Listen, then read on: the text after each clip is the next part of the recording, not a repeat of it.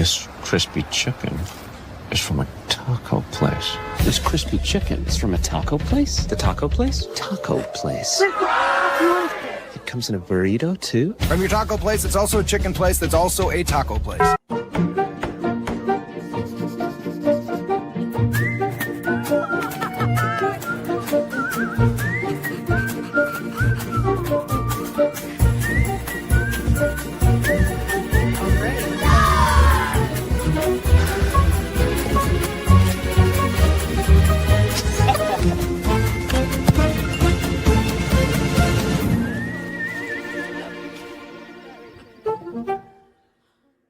Check out the all-new Blue and Orange store at the Boise State Hall of Fame. The Blue and Orange store has your best game day gear. We're talking jerseys, hats, bumper stickers, car flags, more than 4,000 hats on the hat wall. If you want the best Boise State gear, make sure you check out the Blue and Orange store online at theblueandorangestore.com or the all-new Blue and Orange store down at the Boise State Allen Noble Hall of Fame.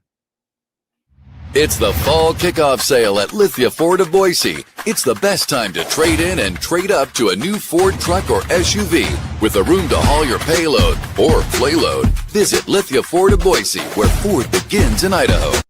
Bronco fans, the new Boise State trading cars are here, and you can only get them at Jackson's. Start collecting them today. Jackson's, let's go!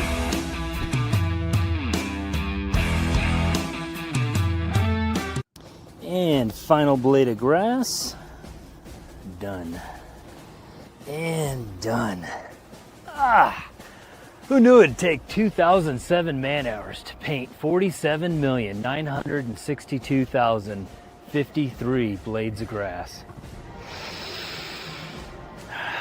Smells like game day. Whoa, it's not dry yet.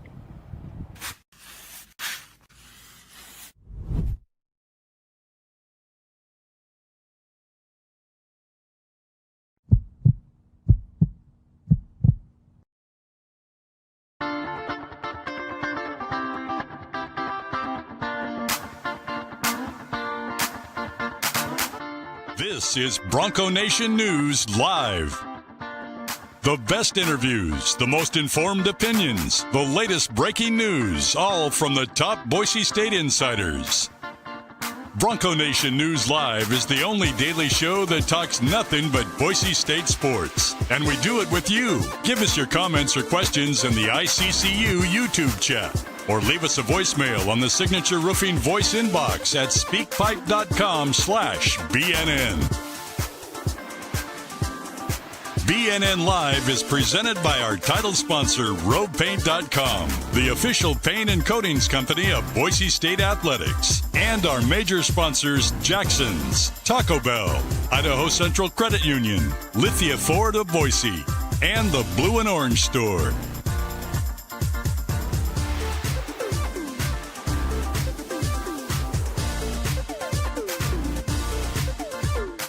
For more coverage of Boise State athletics, check out the all-new BroncoNationNews.com, now part of the 247 Sports family.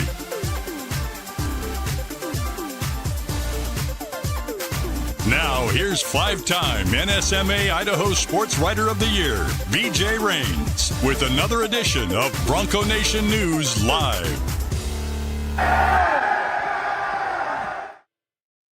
Good morning, Bronco Nation. How we doing, folks? Happy Thursday. Welcome on into Bronco Nation News Live here at BroncoNationNews.com. As always, we're presented by RopePaint.com. All those concrete coatings, interior, exterior painting. Make sure you hit up our title sponsor. That's Andy Rowe and RopePaint.com. You saw him last night on Ball Talk. Tremendous episode.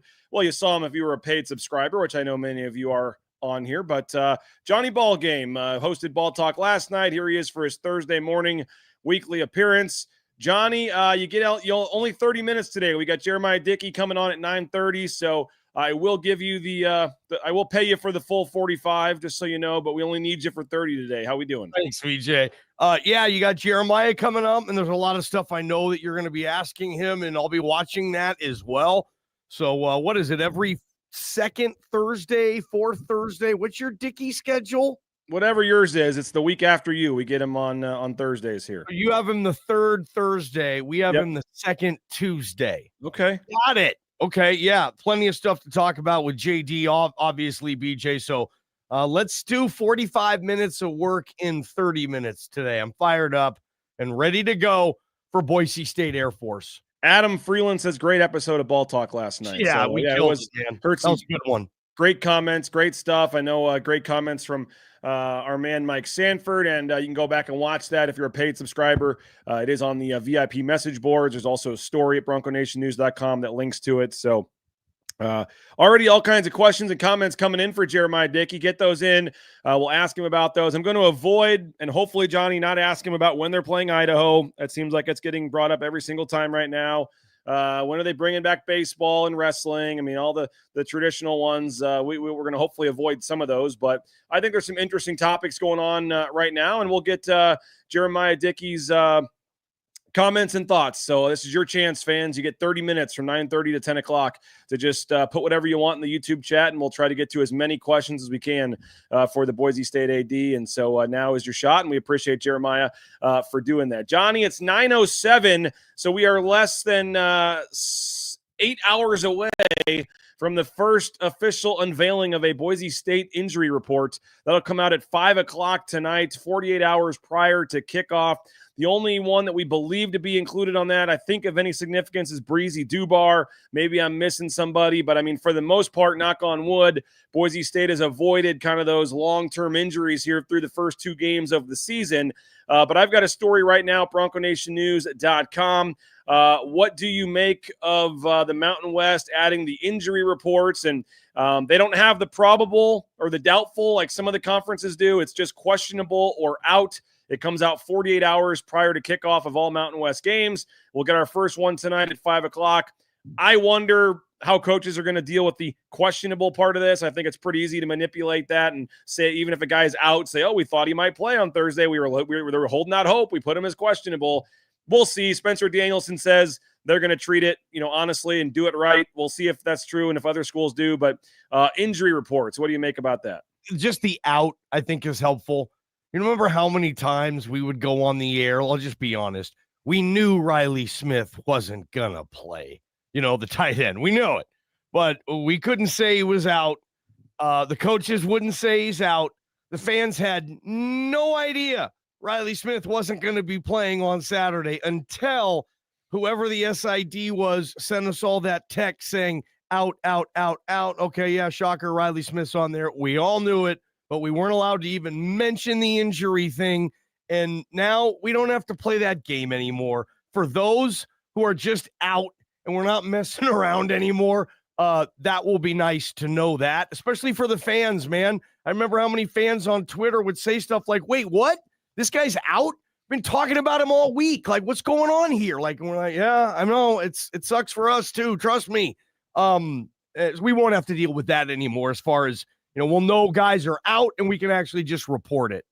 Yeah, and I know it's gambling is a big reason why they're doing this and wanting to be a little transparent. But like I said, the way the Mountain West is doing it, it's just questionable or out. So I am curious to kind of track this throughout the season and see what percentage of questionable guys actually appear in the game for some of these schools. Because college football coaches, Johnny, they want no part of having to give up information if they don't absolutely have to. And it'd be very easy to say questionable even if the guy's out and still find a way to legally kind of get around it. So we'll see. Hope that's not the case. But 5 o'clock today, we'll get the first one from Boise State. And I believe Breezy Dubar is going to be one of the only guys that shows up on that. So we'll have to wait and see when that does come out. Hopefully there's no surprises on that. But Johnny, I'll be boarding a flight tomorrow morning, heading over to the Air Force Academy, flying to Denver and then driving down. And we'll have our pregame show Saturday, post-game show. You guys will have all kinds of coverage. But the Mountain West opener for Boise State on Saturday at Air Force. And I know a number of the stats in terms of,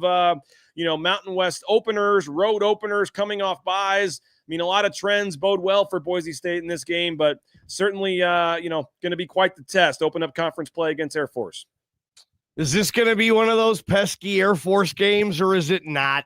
Right? What are they, 8-4 against Air Force all time? Something along those lines. 6-4 in the last 10 meetings. 8-4 all time, 6-4 in the last 10. Yeah.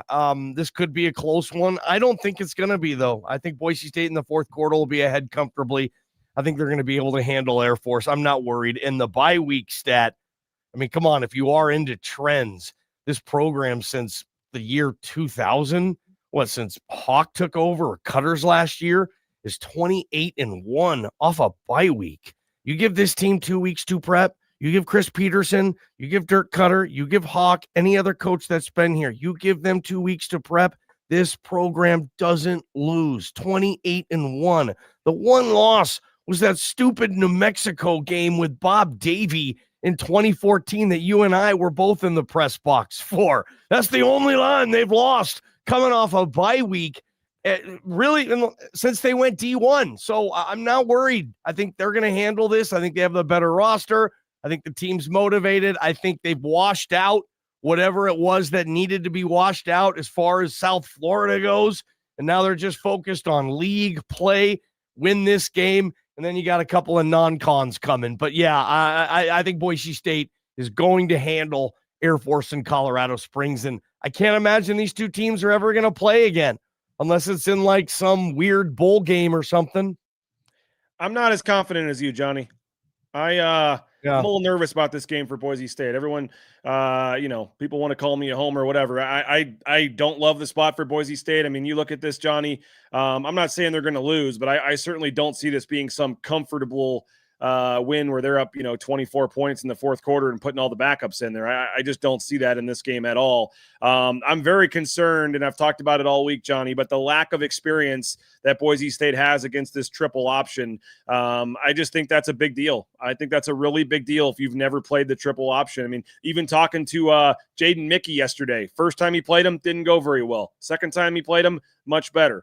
A lot of times it just takes time playing this triple option, this kind of offense to get experience with it and to get right. And they don't have that. You have Jaden Virgin Morgan, 2023 game, played 57 snaps. Braxton Feely, 2023 game, 43 snaps. And Amarion McCoy, the 2023 game, 34 snaps. That is it for any player on Boise State's entire defense that played more than 3 snaps in their career against Air Force. You have Max Steege, got 1 snap in 2023, and you got Zion Washington, 1 snap in 2023 and 2 snaps in 2022. Zion Williamson, with 3 total defensive snaps, is the only player on Boise State's defense that has played them 2 times in his career. I just think Marco Notriani hasn't played them. A lot of these guys on the D-line haven't played them. Irby hasn't played them. Banks hasn't played them.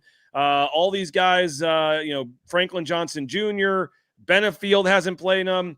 I don't know. Maybe I'm just looking at this from the wrong pessimistic side. I've gone to the Air Force Academy and seen them lose twice. Maybe that's bringing back bad memories. Wow. I don't know. Yeah. I'm not saying they're going to lose, but it always seems like Air Force is a tough game. It's not a team you want to play from behind. Weird stuff happens. They have the 7 turnover game at the academy, and they've given up those long passes before when Air Force lulls you to sleep and throws it over the top. And I watched the Utah State game. I think they got a pretty decent quarterback and some receivers that can catch.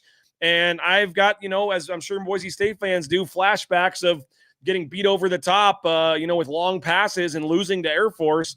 And I just, I don't know. This game makes me very nervous looking at this from a Boise State perspective. I watched the Utah State game too. And I don't know how many of those Utah State players have ever played against Air Force before. I'm going to say like none, because they have an entirely new team. And I think they were okay defensively. There was a couple bad turnovers. I mean, Air Force actually moved the ball. There were just some bad turnovers and bad spots that cost them. I'm not sure if this is a great Air Force team or not. And I think you need a great Air Force team to beat Boise State. Great Air Force team means they're going to win 9 or 10 games at the end of the year. They'll be in the mix here. Maybe they will. But the Utah State loss is really sticking in my head on that. I'm not worried. I don't think they'll be up by, like you said, 24 points in the fourth quarter and all the benches are clearing. No. But 12 points in the fourth quarter, 11 points in the fourth quarter, something like that. And I'll be the first one that'll say, yeah, I was wrong again. I remember all those memories. The over-the-top game on the blue, that was, I think, 14. BJ, or was that 15? 15. Brett Rippon's freshman year. Yeah, they just lulled them to sleep. And all of a sudden, they just couldn't. And that was like Darian Thompson. That was like Dante Dion. Like, those were good players. That was a good secondary. And, they just kind of got caught Sure, if that happens again, this could be closer than I'm expecting. But I just think Boise State's a lot better at football than Air Force. I think they're going to get them ready. And I think Boise State's biggest weakness in the secondary is teams that can just throw all over them. And they're not going to do this. I don't know. We'll see on first down, though. Like Bob Beeler will say, he'll say, hey, you have to tell me what Air Force is going to average on first down for me to tell you what the score is going to be. Because if they're getting their 4 to 5 yards on first down, 5 to 6 yards on first down, they're going to be in this game.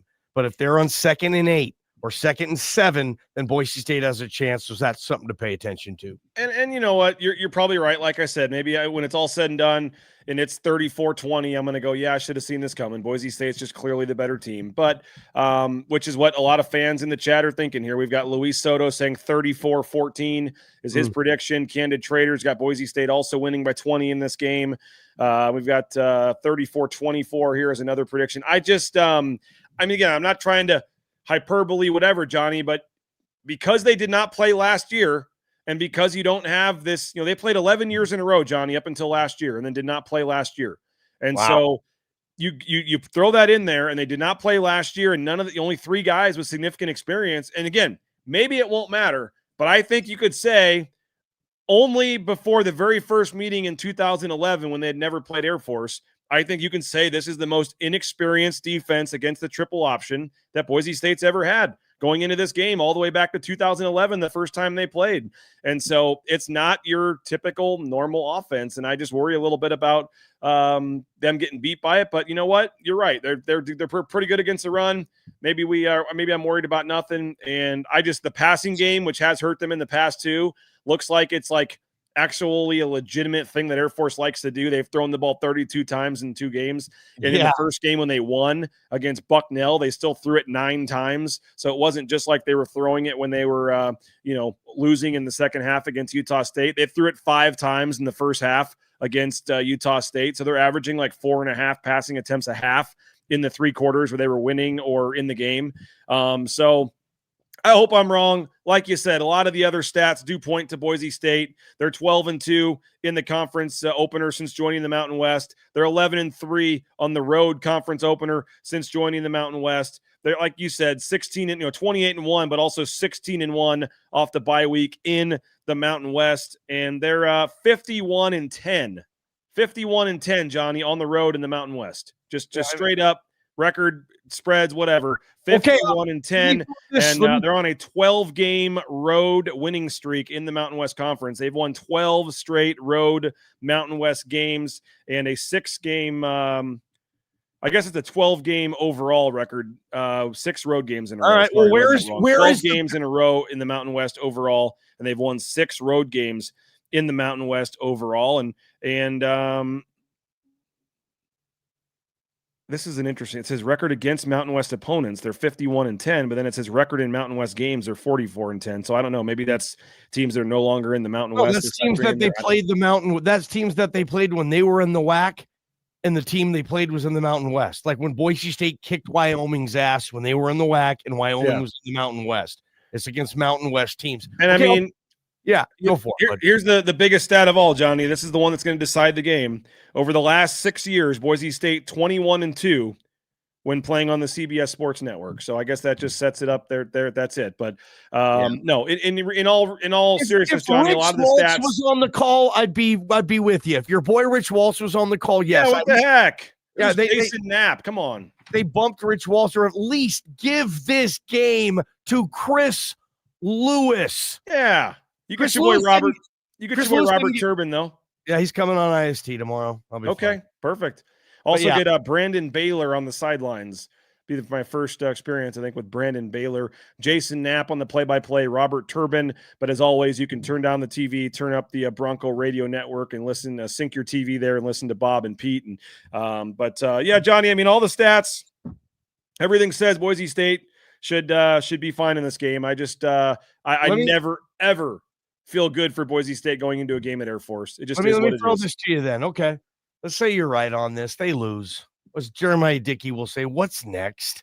What's the headline on BNN.com Monday morning or whenever? If this thing's 1-2 and they're 0-1 in the league, and they got App and Notre Dame coming up, and then New Mexico. Like, please tell me that's not going to be a game, is it? Like, what do you think? What's going on in the BNN office? What are your homeboys going to do if this thing loses at BNN? I mean, how big a deal is that going to be?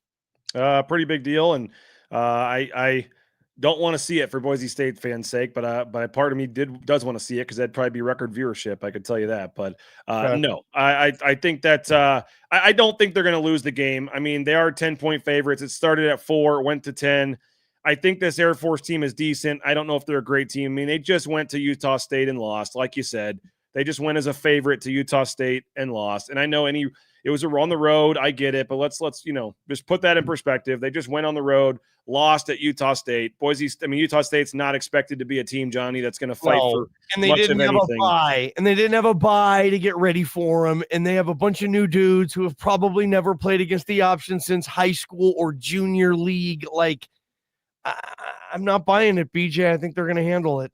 Yeah, I'm not super worried about them losing. I just think this is going to be one of those nervous games where they may be losing in the third quarter or losing, at some point going to the fourth quarter. This is going to be a game that's in doubt the whole way. And as Eric Chinator said, Johnny, this will be a game where you find out what your defense is made of. It's a challenging game. You got to have the right eyes, all the different discipline, the things you got to do. We saw them out there at practice earlier in the week. I mean, practicing drills with no ball. Just you got this guy, you got this guy, you got this guy, and just doesn't matter where the ball is. Stay on your guy. Yep, you don't even play with a ball. And so I mean, they're going to be as ready as they can be. We'll see what that looks like. I expect a lot from Bone Phelps this week, by the way. I'll throw that out there. He's had a really good week of practice. I've always kind of called him a poor man's Alexander Tubner. Yeah. And Alexander Tubner was terrific against Air Force. I think Bone Phelps, I think they're going to use him a lot this game, guys, like being out there on first down. You're going to see more linebackers, I think. So just throwing that out there, I could see Bone Phelps making a difference in this thing. And Jaden Mickey did tell us that he's playing boundary safety in this game. They want to get a bigger body, and they have done that in the past where they've moved guys around and played a different style against Air Force and kind of played a one-game kind of makeshift, style. Historically, they'll play that, base 4-3, Johnny, and they have that other linebacker in there. And Nathan Carroll also said he thinks Bone Phelps could get like 40-plus snaps in this game because of if that's what they're going to do. They use Skinner at that will linebacker spot in 2021, 2022, moving JL up, to kind of do some things differently. And then Robinson, Tubner, Oladipo, like you said, in 2023. So they're going to piece it around, play it differently. Maybe that is what they do. Bone Phelps gets way more action, and they move Mickey, back to the more of a safety spot. We'll see how they decide to do it. But you're right. The extra week of time probably certainly helped with that. Johnny, we love this show on BNN, but we can't do it without some of our great sponsors. I want to ask you about the kicking game here and your level of confidence there in just a second. But rowpaint.com, our title sponsor. We appreciate Andy Rowe and company at rowpaint.com. All your painting needs, make sure you hit up rowpaint.com. Idaho Central Credit Union, ICCU.com. They're back with Boise State. You can see their logo inside, outside the stadium. They got 7 NIL deals. We appreciate ICCU. Check them out, ICCU.com. TacoBellWorks.com, the SON Management, the Nicolason family. We appreciate the Treasure Valley Taco Bell locations today. Check out their all-new crispy chicken strips or the Mountain Dew Baja Midnight Freeze today. Taco Bell, the future of fast food. And we appreciate the SON Management Group and the Nicolason family. Maybe this is the week, Johnny, for the Latrell Caples deal at Jackson's. If Latrell scores, Jackson's pours 49-cent large, any size fountain drink for that matter, at Jackson's on the Monday after the game. And don't forget, they got the trading cards and they got the 99-cent coffee anytime, day or night, from our friends at Jackson's. Hey, the Blue and Orange Store, they got that new location there at the Boise State Hall of Fame. The Blue and Orange Store, theblueandorangestore.com. You can order anywhere in the world. Online, they got the location at the Boise Town Square Mall. But if you want the best sideline, coaches apparel, official, authentic gear, 4,000 plus hats on the hat wall there at the location at the Hall of Fame, check out the Blue and Orange Store. Again, online at the Blue and Orange Store Hall of Fame. And Lithia Ford of Boise, that fall kickoff sale is underway. Never a better time to buy a newer pre-owned vehicle from Lithia Ford of Boise. Check them out, Lithia Ford of Boise. Online at lithiafordboise.com. Jim Sturk and company stepping up in the community, donating for the pancake blocks for Cage Casey, matching the goals and assists for Kenzie McMillan on the soccer team for her charity. So a lot of good stuff going on with Lithia Ford of Boise, and they're helping out, coaches, administrators, players with vehicles and things. So return the favor, that next car truck, make it at Lithia Ford of Boise. And Snake River Pool and Spa, Patio and Game, thespateam.com. Locations in Twin Falls, Boise, Meridian, and Nampa. Been around since 1978. You know that by now. We talk about them every day. They're part of the Boise State home team. And if you're looking for a spa, maybe a sauna, maybe a pool table, maybe a dartboard for the game room, they got you covered. Check them out online at thespateam.com. Love that Meridian location right there at U-Stick and Eagle Road in Meridian. All right, Johnny, we got about 5 minutes left here. Jeramiah Dickey is going to join us, the Boise State athletic director. So get your questions, your comments in now for the athletic director at Boise State, and we'll get to those in the YouTube chat. Some great ones already coming in. A couple of negative ones, some criticism of JD. You think he'll handle that okay, Johnny? Can I put those up for him too? 100%. Put those first. All right, I will. The kicking game, Johnny, we saw Mike Prater's description that it was a disaster at practice on Tuesday, I believe was the word that he used. What's your take on the kicking battle, who the kicker is going to be, and in a game against Air Force where I think it's going to be a fairly close game, you just wonder about it coming down to a field goal attempt? I think it was you. I don't know where or when you said this, but you were like, it's kind of weird. It's a game week and you don't know who your kicker is, week 3 or 4 into the season, and you don't know who your kicker is.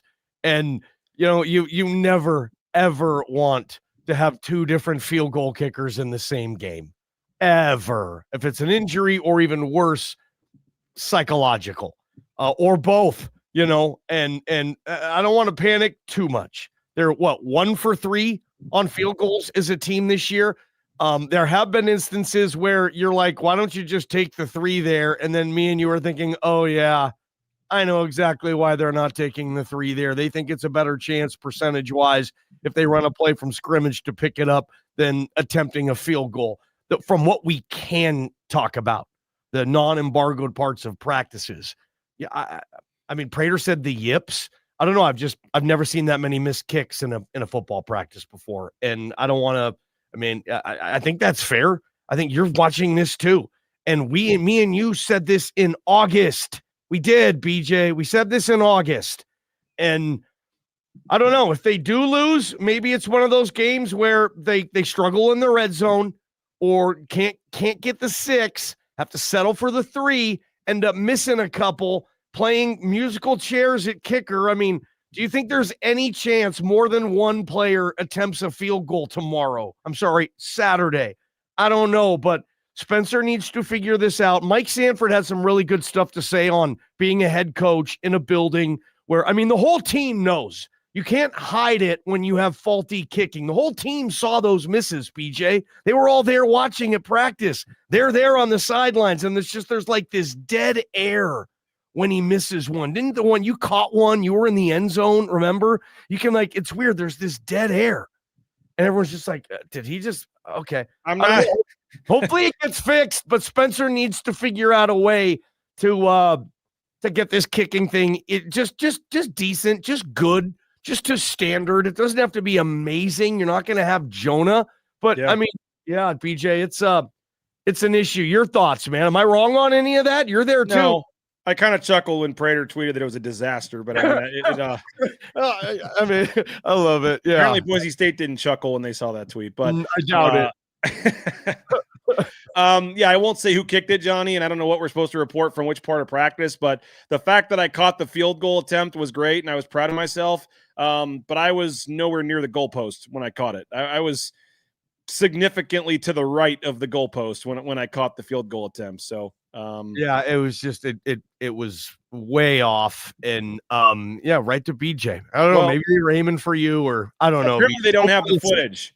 They don't have the footage. Apparently, they record every single thing in practice, and they don't have footage of me catching the field goal attempt at practice on Tuesday. Come on. Of course, you asked him for that. I love it. After my pro day performance, where I got embarrassed and I'm still getting made fun of, I said, "Hey, I caught the field goal attempt. Let's get that out there. I can do something. Come on." I hear that, man. Hey, Johnny, appreciate you for jumping on. What do we got? Idaho Sports Talk today. We are live from Broadway on the Rocks. Yes, Albertsons on Broadway, just down the road from Albertsons Stadium. I think we're setting up top in the bar area outside. If you're going to go grocery shopping at all this weekend, Come from 3 to 6 on Thursday. Have a beer. Hang out with us. There's Thursday night football going on and some fun stuff too. Come see us. Broadway on the Rocks. Appreciate you, BJ. Keep Prater away from the bar there. Great bar there on the upper level of Broadway. Oh, yeah. They have Sunday Ticket, I think. Like, you can go to a grocery store and watch Sunday Ticket now. Like, love Appreciate it. you, Johnny.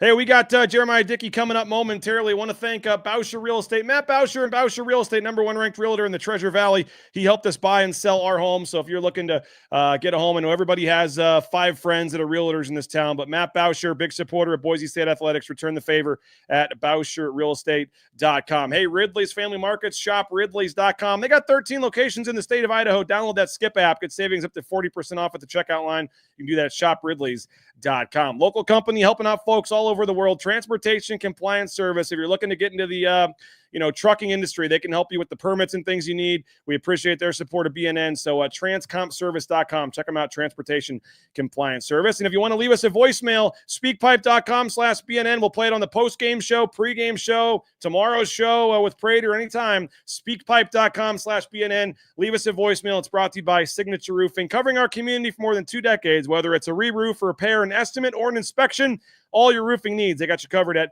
Signature Roofing at mysignatureroofing.com. They've sponsored the RJ Keene Show. Hopefully you guys enjoyed that on Tuesday night. We had the RJ Keene Show. Great stuff there. And then we had the Riley and Ridge Show as well. So hopefully you checked out our shows from Tuesday. And then last night we had Sanford and Ball Talk. Those were great shows as well. Our evening shows available on the Bronco Nation News YouTube channel. All right, we got the game at Air Force on Saturday. Pleased to be joined now. We appreciate his time, the athletic director over at Boise State, Jeramiah Dickey. Jeramiah, appreciate your time on a Thursday morning here. I know it's busy for you, but we appreciate it. How's it going?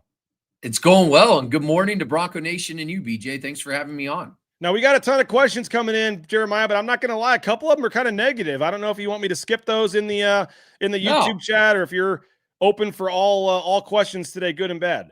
I'm open to all questions, BJ. I think Bronco Nation knows me well enough. I'll speak the truth, and they may not always like the answer. And if I don't have an answer, I'll go find one. All right. Well, by the way, I was kind of kidding. I saw that Kansas is going to go play in London, and now folks are thinking I'm trying to get a game there. I think they're just moving their game to week 0 against Middle Tennessee, so I don't think they actually need a new opponent. But this is probably a dumb question, but you've got like 6 or 7 international players on your roster. Have you guys ever? Would there be any appeal to an international game for a Boise State? No, not a dumb question at all, BJ. It's a great question. It's something that I've thought about, and quite honestly, prior to even this announcement that I was tagged in terms of Kansas. And look, we have definitely a national brand, but I would say an international brand. When you look at the international students that we have here, and our former Broncos and those that continue to represent us. But also the number of visitors to the Blue. I think this past year we had 40 plus different countries, represented in terms of how we track things. And so, it is something that I would consider. And I think, I've talked to Spencer would too. There's a lot obviously that goes into it. Who do you play before and after? Is there a bye game before and after? When would you have to travel? How much is it worth to us? There's a financial piece to this because those trips are not easy and costly. And but we're always going to do what we feel is best as a representative of this state and the front porch of this state. And what a cool concept. It's been around forever. I remember as a kid, I think UTEP, back in, it was like 85, because my grandfather went, I believe they played in Australia. So like, these games have existed. How do we take an opportunity like that and truly elevate our brand and figure out how to monetize it maybe in a different way? So yeah, I'm always going to consider those types of things. We have not been presented with an opportunity yet, but I've curiously questioned and even to the point of looking at, maybe it's not international and you didn't ask this, but like we've even had the thoughts of like, how awesome would it be to play on that blue field in Alaska? That's up there. I forget where it's actually at, but it's like the North Alaska, but you got to find the right partner. It has to be at the right time. you obviously have to get a network involved and so on and so forth. So all to say, those are things that I think about all the time. Those are epic ideas, and we try truly to live out the innovation that's expected of us. And it started with Gene Blameyer creating that blue turf. And if I'm not doing that, I'm not doing my job. Jeramiah Dickey, the Boise State Athletic Director, joining us here on Bronco Nation News. And we're going to get to your guys' questions here. If you got a question for JD in the chat, I'm going to throw a softball. We'll start we'll go a little negative. This isn't negative. We'll go semi, I guess, semi question. People getting fired up today, huh, BJ? They are. Why did JD schedule home and home where football with Western Michigan? It makes no sense for us to go to Kalamazoo, Michigan. Yeah, we are trying, we are still following our model. I'm not paying and do not have the money to pay a group of 5 team to come in to the blue. And there are only so many options. And, there are certain, teams that align, with what we're trying to accomplish. And so, look, at the end of the day, there's 136 schools, right? And schedules, I was looking at someone's schedule the other day. I think it was BYU. They have games scheduled into like the late 2030s, so it's a puzzle and you're trying to put it together, piece it together. And there are only so many options that you have. And until we get enough resources that we can be like the SEC, that they're going to pay, us or the Big Ten to pay us to go see them. That's not where we're at right now. And, we can pay an FCS team to come in. But when I think about them and the alignment in terms of our formula for success that we've defined, winning games is important and getting home and homes is important. And, ultimately I'm trying to, I'm doing the best I can. So I get that not everyone's going to like it, but it is what it is. I think I saw Liberty and James Madison is the furthest scheduled out game now in 2040, I believe. Probably at the 15 years from now. Another one that gets asked a lot is, and it was asked a couple weeks ago, is about, continuing to open on the road. And I know, some of that's because when you've lost the first game, then you're kind of playing from behind, but he's wondering about, he says, never opening up at home is awful. I know your next couple years are already set. He's asking if that can change, but what is I know that gives you an extra week to sell season tickets. And hopefully if you win that first game, you got a little more buzz and you get, but what is, and I know a lot of these games, some of these games were also scheduled before you got here. But just in terms of opening home versus road, what's your thought on that?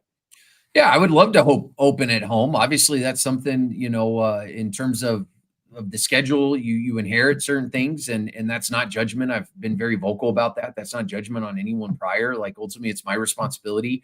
The idea of buying out people, to open up that home weekend, we do not have the resources to do that. We are stretching and investing dollars as much as we possibly can into the product on the field and in our team in general and our department and infrastructure, so on and so forth. So would I love to open at home? Yes. But when you are given, let's talk this through, BJ. We have 4 non-conference games. Like as we look out 4, 5, 6 years, there was maybe more of, and really probably more 5, 6, 7 years. I have an open schedule. I can schedule home games, whatever, everything in between now and say 2032, I think we have games scheduled, whether it's Rice that's scheduled in the 30s that was signed, well before. I mean, I think that was signed by Gene, so there's some games, and I'm not blaming them. That game's got moved a number of times. Houston, we moved that because we didn't want to lose. You're kidding, right? Gene Blameyer. I'm almost positive that Rice was a Gene Blameyer. And, and so like you're talking a long time. And that's not just, that's a great game. We want to keep those games. Like we recruit Texas. And so, would I like to do home games? But, I've tried to explain as much as possible. I don't necessarily, maybe we need to do kind of an open session up in Stickle and Bronco Nation can show up and I can walk through like what we're challenged with. But when you have to get one game and the only weekend that's open is opening weekend, and yes, I want to get 7 home games. That is a goal of ours, and we are working towards that. And we will, I think, be in a position to get it at the back end of this decade, which is a positive. But ultimately, sometimes you have to go on the road to balance out your schedule. And depending on what that home and home is and the return, it's not as cut and dry as I think people see it. And that's okay. It is what it is, man. Like it's my responsibility. And I'm lockstep with Spencer. We talk about scheduling all the time, and some other teammates, and we're doing the best we can. And I understand we're not always, like, I know everyone would want to play at home and play 4 Power 4s and then them to return the games and so on and so forth. Like, that's just not the reality. We're gonna put together the schedule, and we're gonna follow a very specific model. We're gonna have strategy to it, and it's not a perfect process. And I continue to work through it. And I'm skipping over the 14 questions about Idaho because I know you've mentioned that and you've talked about that, and it sounds like that at some point here is going to happen again. Tommy says, you're doing great, JD. We love you, man. AD of the century. A lot of positive ones coming in as well. This guy says, I don't have a question for JD, but I want him to know I'm sorry for calling for him to be fired last year. The last year Avalos was coach, I was a fool. So you're getting some positive comments coming in here. Wondering about the blue turf. You guys are going to replace that after the season. Are we updating the turf, and is the plan to sell off some of the pieces? Yes, great question, Tommy. We are updating the turf in the spring. Everyone saw the updates, like painting the orange, and that's something that we were fully aware of and invested into, the machinery and whatnot. And Nate and our facilities team's doing a great job. We want to continue to improve, but these turfs, unfortunately, they used to last 8 to 10 years. They're just not lasting as long. And the question is why. We do utilize the blue quite a bit, whether outside events, practice, so on and so forth. The band uses it. I mean, there's a lot of usage. And so we're going to have to pivot. Like, I cannot plan on replacing that turf 8 to 10 years. It's probably going to be more 6 to 8 years, depending on how much we utilize it and the number of events we drive through. But yes, in the spring, we will replace it. And then we will have the ability, we announced our collective, or our, memorabilia piece that, God, I can't think right now, BJ, but we just announced an opportunity for people to buy and purchase, memorabilia and those type of things. And so we will have the opportunity. That is something that's important to us. We know it's important to Bronco Nation. A lot has happened on that blue, and we know it's a value. And so we want to take advantage of everything we possibly can. And what I know, I mean, it goes literally back to why the turf is blue. And Gene Blameyer saying, "Hey, I got to pay $700,000 and no one's going to know it because I'm just replacing a green turf." I mean, what is the cost nowadays for the turf? Right now, man, we're projecting between 1.5 and 1.75, and that's significant. It ties into deferred maintenance. A lot of what we fundraise for since I've arrived has gone back to deferred maintenance, and that's a hard pill to swallow. We don't necessarily get supported in the deferred maintenance category. So whether it's an HVAC system, replacing the indoor turf that absolutely needed to be replaced, or replacing the soccer field, or replacing and doing a lot of work at DLP for softball, a lot of the fundraising that we do is for deferred maintenance projects. The blue is obviously powerful and it's important to us, and we have had to fundraise for that. And you can imagine if we were to get help from a deferred maintenance standpoint, that we could potentially reinvest those funds back into the department or back into our student athletes in terms of rev share. D. Ray wanting to know, when is the stadium naming rights coming up? I believe the last season of stadium naming rights is 2028. So those conversations start much sooner. That is top of mind for me. And I'm assuming they're talking about Albertson Stadium. Albertsons has been a great partner, really excited about they just went through a transition and new CEO, and she's awesome. And so we have a good relationship with them, and that's an important piece to our community. And so there's a lot of work ahead of Cody and myself and our team. But that's big. And that's something that will happen before obviously the end of this decade. And we'll start those processes sooner than later. Now, this guy AP likes to be negative, likes to ask a lot of negative questions. So I'll just preface it by saying that. All right. He says, timeline for adding capacity. A few of the home tickets are getting expensive between mini plans, season tickets, student tickets. It's a fight for what's left. The resale is $160 per seat for upper deck of the New Mexico game. He said it's the only game I'll be in town for. And it's pretty upsetting that it's either $160 per ticket or we get to watch it at home. Common fan is getting the boot for donors and boosters.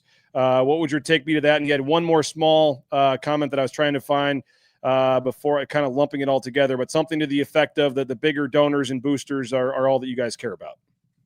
Yeah, I don't think that's true, and I appreciate AP's comment. But the truth is, BJ, we give everyone an opportunity to buy season tickets. Season tickets are the best deal for what we're providing from an entertainment factor and what we ultimately need to fund the program.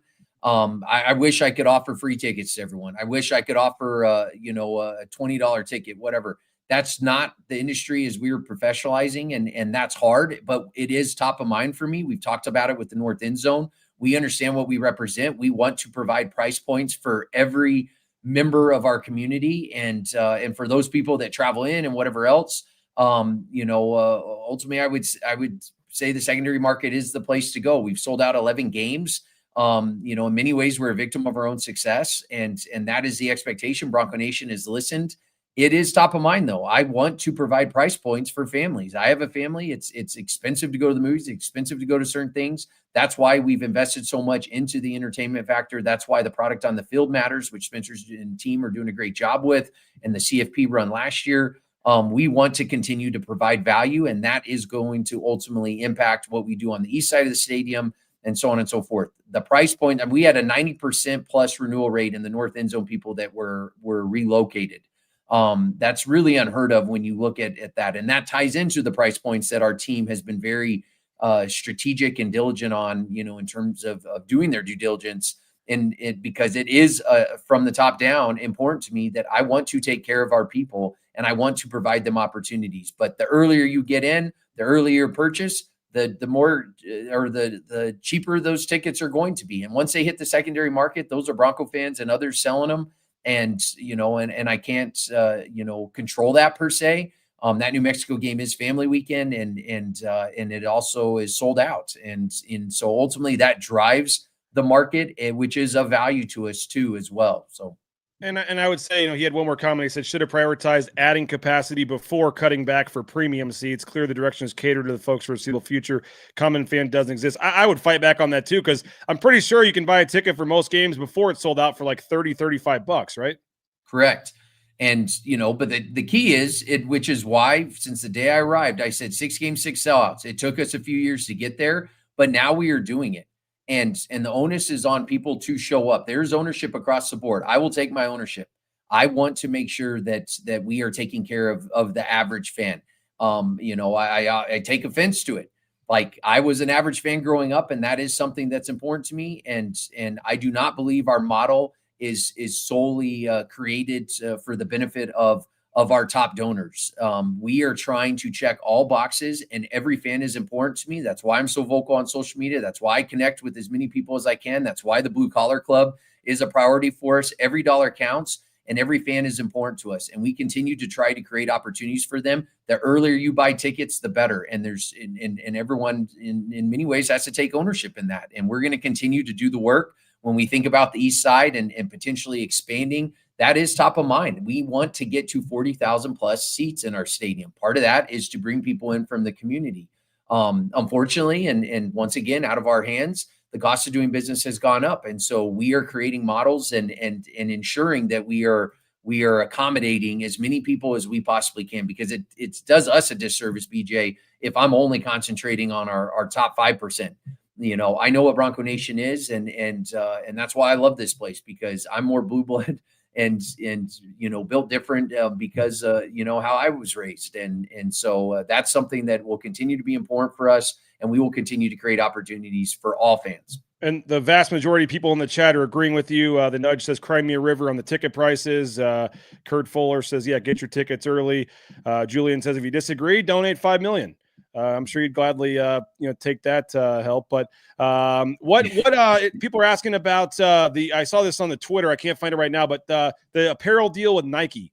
Where is that? Is that actually, someone said it was expired? I need to look into that. But what is the deal? I know I'm putting you on the spot here. But do you know anything about the deal with Nike? And are you planning to renew with them or looking at other options? Are we seeing a lot of other schools I've seen lately making some switches and things? Yeah, Nike's gone through a reorg of themselves for themselves, and so I think that ties into it. They've been a great partner, BJ, and yes, I would, that is the plan, is to continue that partnership as we move forward. We are a national brand, international brand, and Nike is as well. And with their proximity to where we're at, the value of the blue and our logo and theirs together. It makes a lot of sense. So that's something that Cody and myself and Matt Wild and others are continuing to work through. Those things take time, but nothing that I'm concerned about at this point. Very grateful that we're a Nike school and we'll continue to be into the foreseeable future. Kurt says, any changes to the next home game from the first game? I know you guys, obviously, the game day experience. I know you have the away game on Saturday, but in terms of the App State game, you get a nice 5:30 start time for that one. But in terms of the dealing with the one less entry because of the north end zone, you had a different kind of traffic flow and things like that. We heard the, things we hear every time about some long lines at times for the concession stands, whatever else. But what'd you guys take away from your, internal meetings and stuff from how the game day experience went from game one and what you guys are doing for App State? Yeah, similar to the concert this summer, BJ. We're bar raisers, and we know there maybe isn't perfection. That's always what I'm driving for. But the concert from Luke Combs to Post Malone, we got better. And we were able to get people in quicker and the flow was better. And that's testament to our collective team. And, Nate and Jordan and Chris and Allison and all the members, Renee, really proud of them because, it is not lost on us. I had Nate, I didn't have him. He chose to do this. I should be clear. He went outside the stadium and walked in line to time himself, how long it took him from the time he got in line to into the stadium. And then he was sharing this information with our team. And then we're looking and saying, all right, this is how many people we have in the gates. And there is strategy to it. And so for a first home game, I felt like our team did phenomenal. Obviously, there's things that we can improve on. And some of those things, BJ, for example, we added those field level suites. I thought that was a good addition. We're trying to create more revenue opportunities for our community and business community to join in. And I think that's important. With that being said, and with the north end zone construction, it created a spacing issue with cheerleaders and obviously moving the sidelines with our team. And so there were a lot of moving pieces to our first home game. All in all, it went really well. But we will put, cheerleaders and rotate them like we have, but they will be more in front of the students in the future. That is something we want engagement. We want them to feel a part of it. And that creates a competitive advantage for us on that side with the visiting team. And so that will be one of those changes. And we're having to rethink these field level suites and where do we put them? And we have a lot of space on the sideline. Obviously, when we expand and do overbuilds and all that, that may eliminate that opportunity. But for now, because we lost the north end zone, we wanted to create that. The second quarter club, we changed the flow of how people get to the second quarter club. We got a few complaints on that. We're going to relook at that and make sure there's differences now when people are coming from that west side down into that alleyway between the field and the stands. We also have recruits and we also have to protect the recruits in the process and make sure they get to where they need to go. We also utilize that tunnel now. If our team, because of how the north end zone is set up, because of construction, if they have to go to the restroom during the game or do anything, they go up through that tunnel. And so we had more security down there. Ultimately, every decision you make, it's like, today's solution or yesterday's solution is today's problem. So we're going back to the drawing board and saying, all right, let's figure out how to get the second quarter club people there quicker. Let's figure out, maybe what we do with those field level suites. I heard a lot on the noise of the stadium or the sound. Yes, there was a couple of questions about that. I actually thought, BJ, the sound was lower, but then I got, and it's always the same people and that's fine. I appreciate the feedback and I love them. It's too loud. At the end of the day, we want to create an environment that you cannot get at home. And I understand, based on how those speakers are and it goes out and ultimately once north end zone's finished, where the sound bounces off of, there's some nuances to it that we're going to have to really hone in. Was it too loud? During the game, I'm texting our staff, turn it up. Now part of that was the game maybe wasn't as exciting. We won that game in the first half. And that's no offense to Eastern Washington, but the energy level maybe subsided. And so you didn't have the crowd noise and maybe that's what I was feeling. I don't know, but we're always, every game we're looking at, is it too loud? Do we need to turn it up? How's the flow? The concession stands are always going to be a challenge because the stadium wasn't built to handle as many people as we have running through it. Mm-hmm. And that's something that we'll still work through solutions. For example, in the future, once we get north end zone done, we are looking at utilizing the south end zone and underneath the south end zone like we have for concerts, and do you create more of an experience there and truly fulfill that 360 concourse and spread out our fans. Bronco Alley, I thought was really cool. And then there's some technology things that I think we need to improve on. And that's not an indictment on anyone or our staff. We just need to think through those things and improve our Wi-Fi and improve access to where people can get text in the game that this concession stand is open or the line is less than 5 minutes. And that continues to be a challenge. Part of that is the connectivity and that takes money. And so we're going to plan the work, work the plan and figure out how to continue to improve. But all to say, I thought that for a first game, I can tell you this, BG, I usually get emailed quite a bit and social media posts and whatever. And I didn't get a lot of negative feedback. There's always the vampires that, catch me in the concourse or and want to, instead of saying, wow, how awesome that we've sold out an FCS opponent on a Friday night after a loss, instead want to tell me, everything we're doing wrong. That's happening, a lot less. And I'm grateful for that because I can assure Bronco Nation and you and anyone else, it is top of mind. Like I have an unbelievable team and they are bar raisers. And so going to the football pod meeting this week or getting the update, getting the update on the football pod meeting, like they're digging in, like, how do we improve everything we possibly can to create the best possible experience? That is our mentality. That will always be our mentality. And I think Bronco Nation is recognizing that. And so, for the few negative, there are so many positive comments. And I want to give a shout out to Bronco Nation. I don't know if that's ever been done in our history. I mean, we've now sold 11 straight games out. And that, and with the different capacity levels of what it was when Kellen first started and whatever, and we're tracking some of that and Coots and team are doing a good job. But to sell out a game on a short week of Labor Day week on a Friday night to an FCS opponent coming off of a tough game the week before, that shows you collectively we are bar raisers and we are not outcome driven. It's process over outcome, and we are going to continue to do the work. A couple of final quick ones here before we get you out here. By the way, they're saying that you could have custom Boise State earplugs, marketing opportunity there.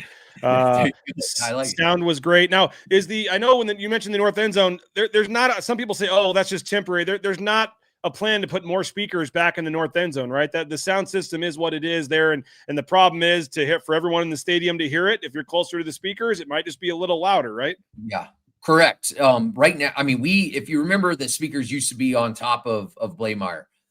We invested money into the speakers on the side of the Mel Luca video board. And they're pointed all the different directions they're supposed to point. Would I love surround sound, and put speakers everywhere? Yes. And look, when you're dealing with a sold out stadium and the number of fans that we have, which is a good problem to have, right? Like I love it. You're never going to make everyone happy. It's amazing. Like people will tell me, oh, the hot dogs are great. The hot dogs were horrible. The beer was great. The beer was too cold. The beer was too warm. Like it is what it is. So we manage what we can, and we're going to continue to show up. And my goal, however unrealistic, is that 33,000, I guess, this year and whatever the capacity is in the future, that everyone walks away saying this was awesome. And that's how we hold ourselves accountable. Kurt says, JD, you're doing a great job with what you have. Someone says, mic up the band. And there was another question about the band. I know the traffic flow at, I believe, halftime wasn't very good with the band because it blocked a lot of people from getting down there. They said, is there a different route the band can take before halftime? It blocks football traffic from passing underneath the south end zone for at least 20 minutes. Are you guys doing something with a new set of stairs or something for that? So that's a great question, Stillman or Norton, whatever. That's a great question. That was, so not to get too far in the weeds. We had been trying to build a staircase for coming up on a year. And there are certain things I can control. There are other things I cannot. And I'll leave it at that. Going into that first game, we knew that was going to be a challenge. Very much appreciate grace and patience from Bronco Nation. That will change. Those staircases are being built now. We've gotten approval on all the necessary approvals that we have to get. And that was not ideal. That was not how we drew it up. And that was not the plan. But we controlled what we could and created a, plan B. And that was taking them up into the east side and around and down and so on and so forth. And so really appreciate the band and how they approached it and our team for doing the work to be able to do that, and appreciate Bronco Nation's patience. You're absolutely right. That was not how we drew it up, but that's the hand we were dealt, and we did the best we could, and you should see something different in the future. He says he wants you to know first name Stillman, last name Norton. There you go. There you go. Thank you, Stillman. I know you guys used to do this maybe before you got here, but he said, how about half price beers for people that show up at least 30 minutes before kickoff? I know you guys used to have something like 2 hours to 1 hour before kickoff, something crazy one year. I don't remember if that ever worked or not, but yeah, I'm sure you guys are thinking of crazy ways to get people into the stadium earlier. That's what I'm interested in the App State game of the flow, being a Friday game, tailgating, like as I walked the lots, tailgating was down, obviously so work and people are going home to get their family. So no judgment. I think we'll see, how early our crowd is going to arrive and the tailgating experience and so on and so forth for a Saturday game. I also think, BJ, and this is something that I have to think from a business standpoint, we are selling a ton of beer. And, and that is huge for our revenue share and how we're investing back into the department and creating a sustainable model. And so when things are selling really well, from a business standpoint, it may not be in my best interest, our best interest as a department to start dropping prices when we are selling out. And we have a great partnership with AB and all the different, beer vendors that Chartwells uses. And we've come in, we have a good relationship and a flow to it. Everyone is very happy with with what we're selling and doing. And I mean, we are breaking our own records again. Like that was a huge game for a Friday night in terms of concession sales. And so, yes, I would consider it, but when you're selling out games and we're selling a ton of product, I also don't want to shoot ourselves in the foot for something that is extremely valuable to us. I said absolutely ridiculous. People are stopping you to do that. We appreciate all that you're doing. I guess we'll let you go. But by the way, Collectu is the memorabilia partner that you. Okay, I had it right. I said collective. Collectu. I knew it was. Sorry, you guys early morning, BJ. I was up early today. Authentic merchandise and authentic and memorabilia and stuff, and that includes pieces of the blue turf.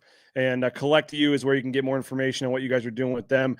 We don't have time for all the questions, folks. Sorry, I know there was a lot of Pac-12. We didn't get to the weekly, monthly Pac-12 update and all that kind of stuff, Jeremiah. But a lot of folks obviously interested, and they said if you can't do half, how about 3/4 price beers? They're really trying there. But JD, you're doing a great job. Never leave. Any final? Final thoughts from you. You're speaking to a lot of fans here that are obviously passionate and interested and have a lot of questions, and we could make this an hour-long segment sometime and still probably not get to all of them. But the final word here for your monthly appearance.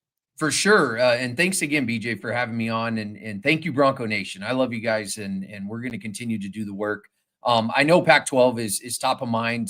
Plan the work the plan. We are following a very specific strategy, and I feel very confident in where we're at today. We can talk more about that, BJ, the next time I'm on. And, not much has happened since the last time other than we are still following our process. And I'm excited about the direction of the conference. And in general, and I said it before, thank you, Bronco Nation. I'm just so proud. I was talking to someone this morning, and I think about when I first arrived versus where we're at today.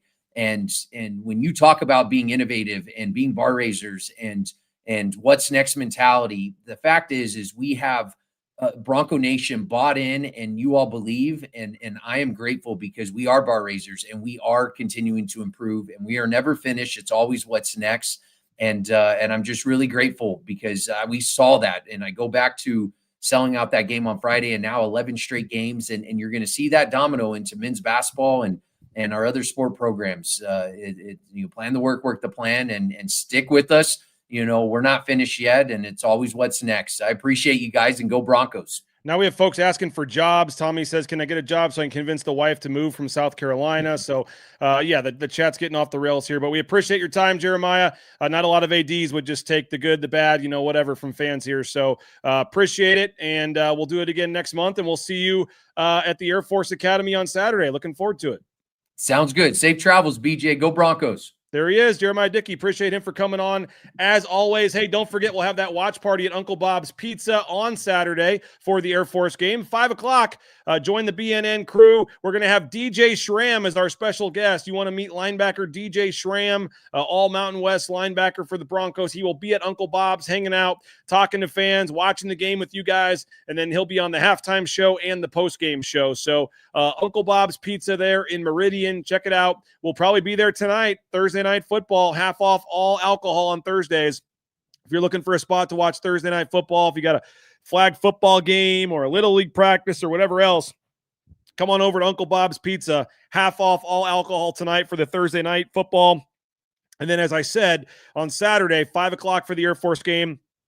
Get there early, reserve your spot. They will have the pregame show. They'll have all the other games on as well, but they'll have the pregame show playing on a couple of the TVs, and you can hear us and see the sights and sounds from Air Force as we get ready for kickoff.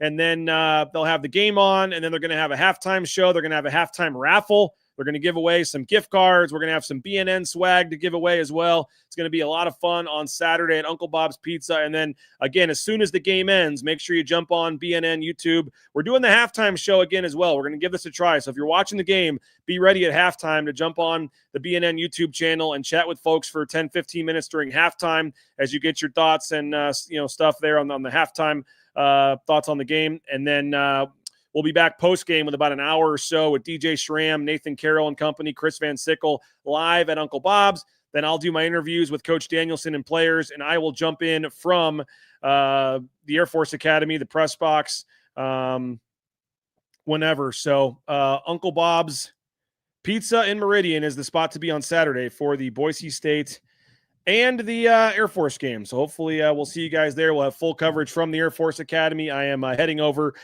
tomorrow and looking forward to that. Spencer Danielson, he's talking in less than an hour, so I got to get down to Boise State. Spencer Danielson, he'll be talking at Boise State here in less than an hour for his weekly appearance. I had hoped to get Stacy Collins. You can put in a request for an assistant coach, and apparently there were some other requests that were put in. We're getting Jabril Frazier today. Always enjoy talking to Jabril, but I think Stacey Collins had some questions we could have asked him today. But we'll get Jabril Frazier, and then we'll get Spencer Danielson. That's coming up in less than an hour, and then we'll get those posted to the YouTube channel this afternoon. That first injury report comes out at 5 o'clock. And we got all kinds of content at BroncoNationNews.com. The gambling column is out, all kinds of stuff on the triple option, Boise State's lack of experience there, the injury reports, all kinds of stuff, the kicking battle, which is going on. And then obviously we'll have the game preview and all kinds of content still coming in the next day or two, getting ready for Saturday's game at Air Force. So going to head down to Boise State, going to talk to Spencer Danielson. Go subscribe if you like what you're seeing here at BroncoNationNews.com. We're offering 30% off right now. Just go to BroncoNationNews.com, click that VIP button in the upper right-hand corner, join VIP, take advantage of the annual subscription, and you get 30% off. If you want to take advantage of the Paramount Plus subscription, just pay the full price. I think it's $12.99 a month, which is about the price of Paramount Plus, and then you also get the BNN subscription for free, which gives you access to all the 247 recruiting rankings, message boards, all that good stuff. So we hope you'll go subscribe, BroncoNationNews.com, and all kinds of exclusive content continuing. And you can go back and watch all the old ball talk shows like last night's show, Sanford and Johnny. It is subscriber only, so if you subscribe, you can get in that VIP message board and find the link to go watch the show from last night. So appreciate you guys. Thanks again to Jeramiah Dickey. Thanks to Chris and everybody over at Boise State for helping make that happen. Thanks to John Mallory for joining us earlier. And hit that like button on your way out here. It's real easy. Helps us rise up in the algorithms a little bit. But hit the like button. Make sure you subscribe to our YouTube channel. It's free and easy. And tell your friends about us. The only daily show that talks nothing but Boise State sports. We do it 9 a.m. Mountain Time right here on the YouTube channel, Bronco Nation News, every single day, Monday through Friday, I guess that is. And then pregame, postgame. So we're doing 10 plus live broadcasts a week. When you think about pregame, postgame, all of our shows throughout the week, we're 10 plus live broadcasts. And we're proud of the product we're putting out there. So help us out. Subscribe if you can. And again, check our YouTube channel this afternoon. We'll have Spencer Danielson. We'll have Jabril Frazier. And then Mike Prater and I, tomorrow morning, 9 a.m. I think I'm going to be doing that show from the Boise airport, getting ready for the flight to Denver. Not sure how else to make it work. So I may be the weirdo on a headset in the Boise airport somewhere tomorrow morning, getting set for my flight to Denver. But join us, Mike Prater, myself, 9 a.m. tomorrow. And enjoy the football tonight. Maybe we'll see you at Uncle Bob's. And, of course, we hope to see you on Saturday for the watch party. Take care, folks. Bronco Nation News online, BroncoNationNews.com.